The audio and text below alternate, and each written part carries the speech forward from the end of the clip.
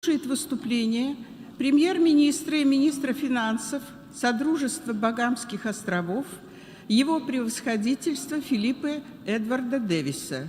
Прошу службу протокола проводить его превосходительство.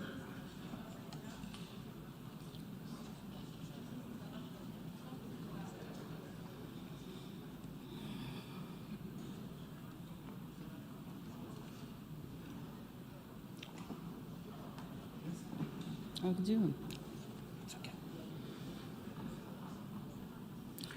Я с большим удовольствием приветствую премьер-министра и министра финансов Содружества Багамских островов, его превосходительство Филиппа Эдварда Дэвиса. Приглашаю его выступить перед Ассамблеей.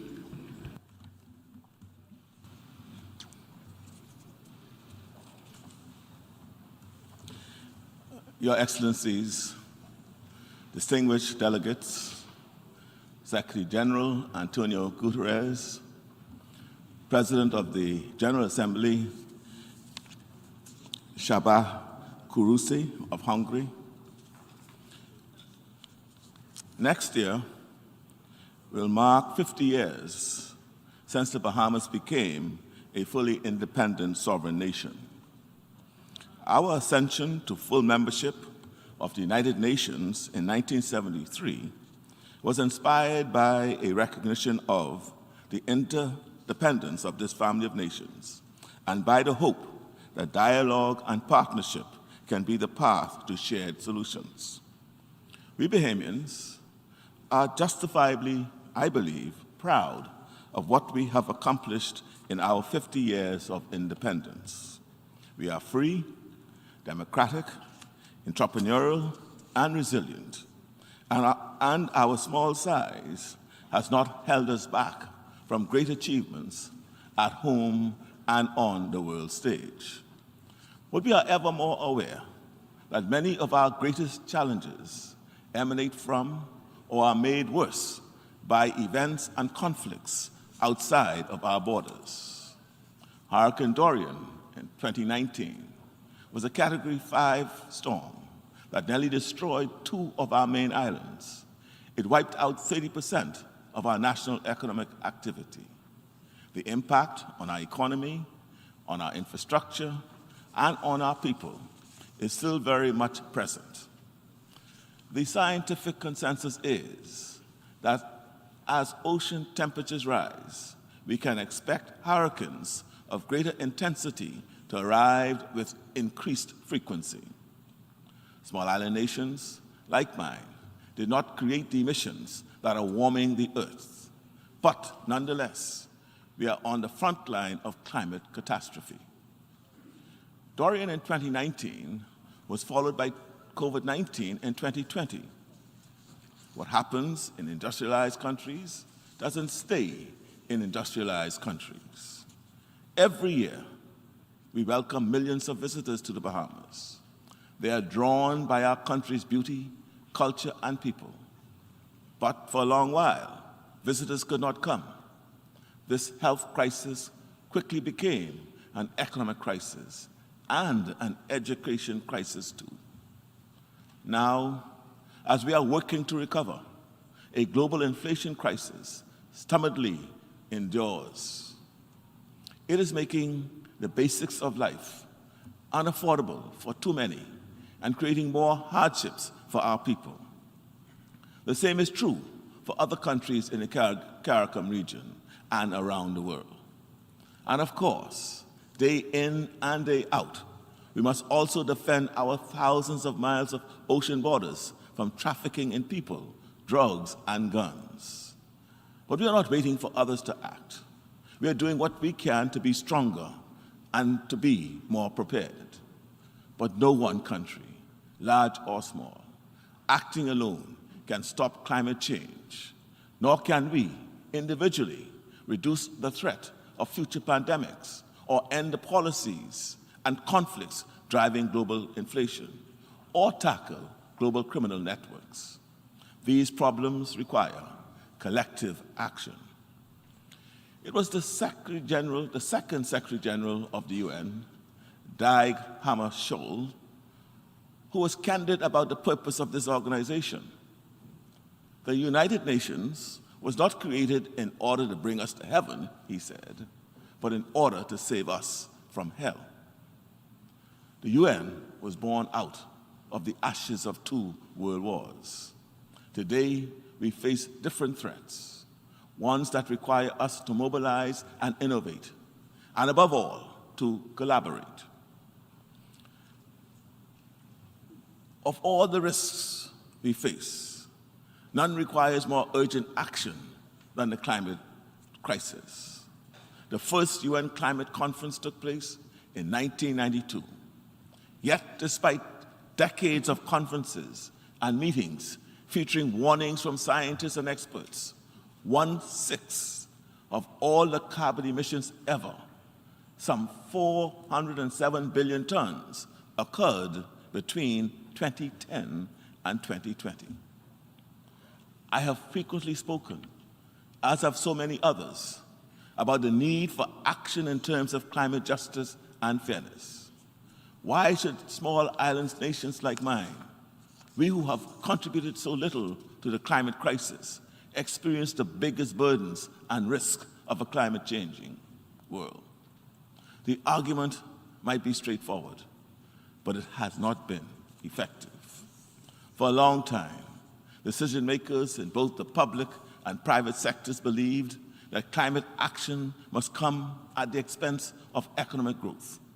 But now, many are beginning to understand that climate inaction is the most expensive option of all. Taking action is not just in the interests of those of us who are particularly vulnerable, it is in the interest of every country. And it is this enlightened self-interest that should motivate action. The good news is that there are also positive incentives. Transitioning to clean energy is going to create jobs, increase efficiencies, and improve living standards. Again, don't do it for us. Do it for yourselves. I do not believe in despair. I believe in determination and human ingenuity. We can do this. Countries that disagree on many other issues, including important ones, must cooperate on this issue in their own self-interest. We have roughly 40 days until COP27 in Egypt. Let this year be the year that we turn talk into action. Let's roll up our sleeves and get to work. Let those who pledge write the check. Countries like mine, already trapped by billions in climate debt, need funding to transition to renewable energy infrastructures. We have begun to install solar microgrids across our islands, but scaling up will require a lot of additional funding. We in the Bahamas are playing our part. In February and July of this year, we hosted the One Young World regional and annual conferences for young people to support the next generation in their efforts to engage with climate-related issues. This was the first climate conference for young people in the region. We recognize the importance and value of the participation of young people. The Bahamas supports the 2030 Agenda and our common agenda on youth engagement. Then in August, the Bahamas took the lead in bringing together the member countries of the Caribbean to agree a consensus position for negotiations at COP27. We are actively defining ways to protect and safeguard our shallow seas, mangroves, and seagrasses, all of which act as a major carbon sink for the world. We urgently need to build capacity. Now we are inviting those with potential technological solutions to bring their innovations to the Bahamas. Mr. President, it's time for a new resolve and new cooperation. Last year, I brought to the attention of the General Assembly the threat to the financial services industry in the Bahamas and our region. I said then, financial services is a crucial component of the Bahamian economy. We see an indispensable role for the UN in leveraging its universal jurisdiction for greater oversight of global anti-money laundering, de-risking, and tax cooperation matters. Sadly, little to nothing has changed. We continue to struggle to recover from the economic shocks of hurricanes and the COVID-19 pandemic. We also have the additional battle with inflationary pressures created not by us, by the war in Europe. And now, to top it off, we are yet again the victims of inequitable and unjust measures on the part of major economic actors. All these factors place a stranglehold on our national development and that of other small island developing states.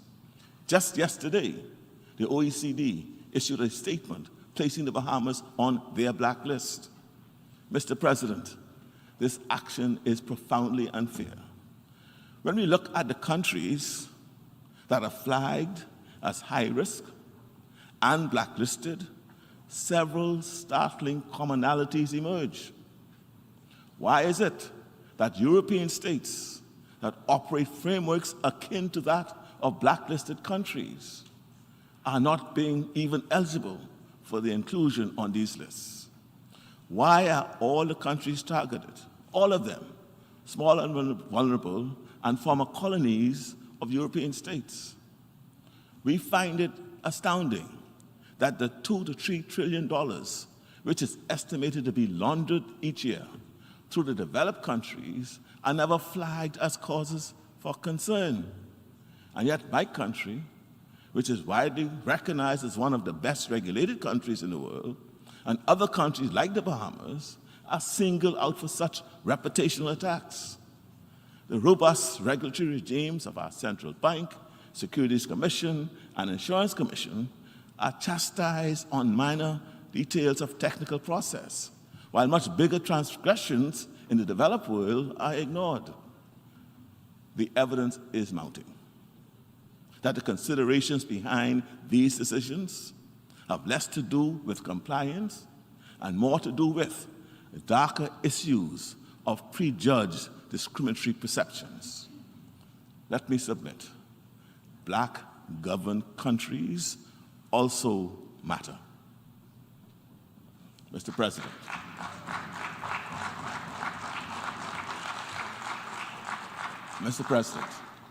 we support the call for reforms in the global financial system to make it more relevant to the needs of today. But those reforms need ambition. They need to go beyond the incremental, and they need to apply to all. For example, the community of international financial institutions are in a position to forgive the debt incurred by the economic shutdowns during the COVID-19 pandemic, and they should do so. Every year that we don't do the right thing to do becomes more expensive.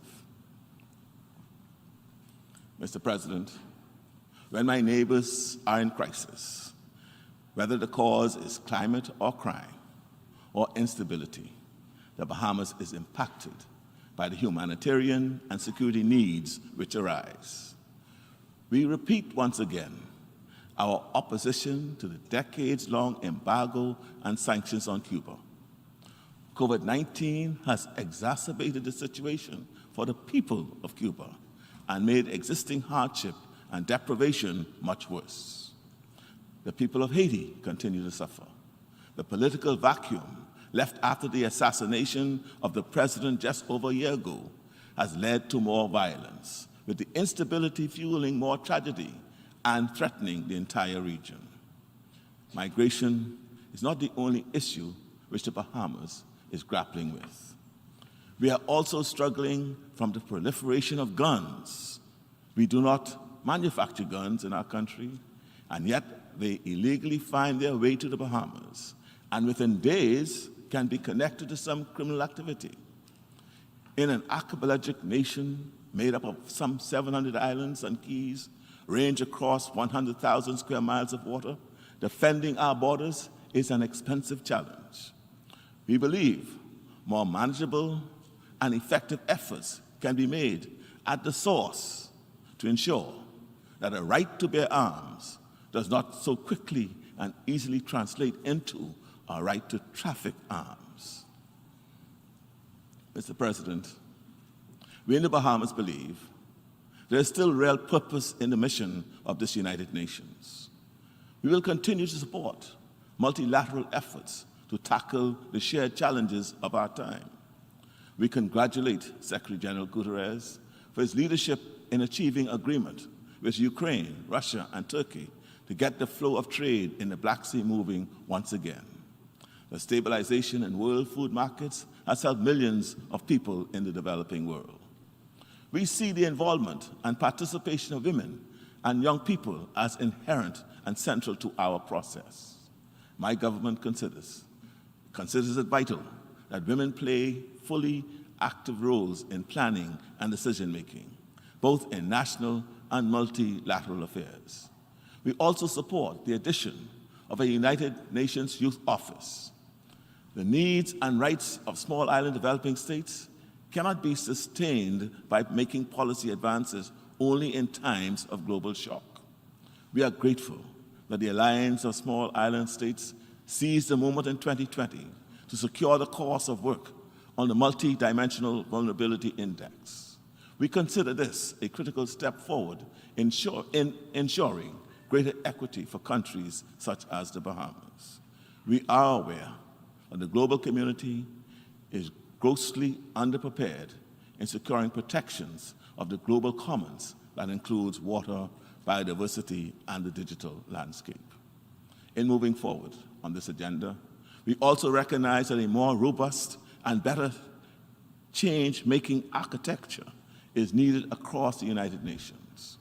In this respect, we hope that members will support the candidature of our citizen, Stephen Bureau, for the seat of Director of the Telecommunications Development Bureau of the International Telecommunications Union for the term running from 2023 to 2026.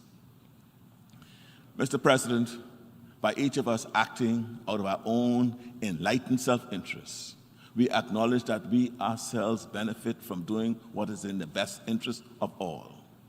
In meeting the existential challenge posed by the climate crisis, it should be an increasing self-evident truth that none of us can be safe until we are all safe. Thank you. От имени Ассамблеи хочу поблагодарить премьер-министра и министра финансов Содружества Багамских островов за только что сделанное заявление и прошу службу протокола проводить его, превосходительство. Ассамблея заслушает выступление временного исполняющего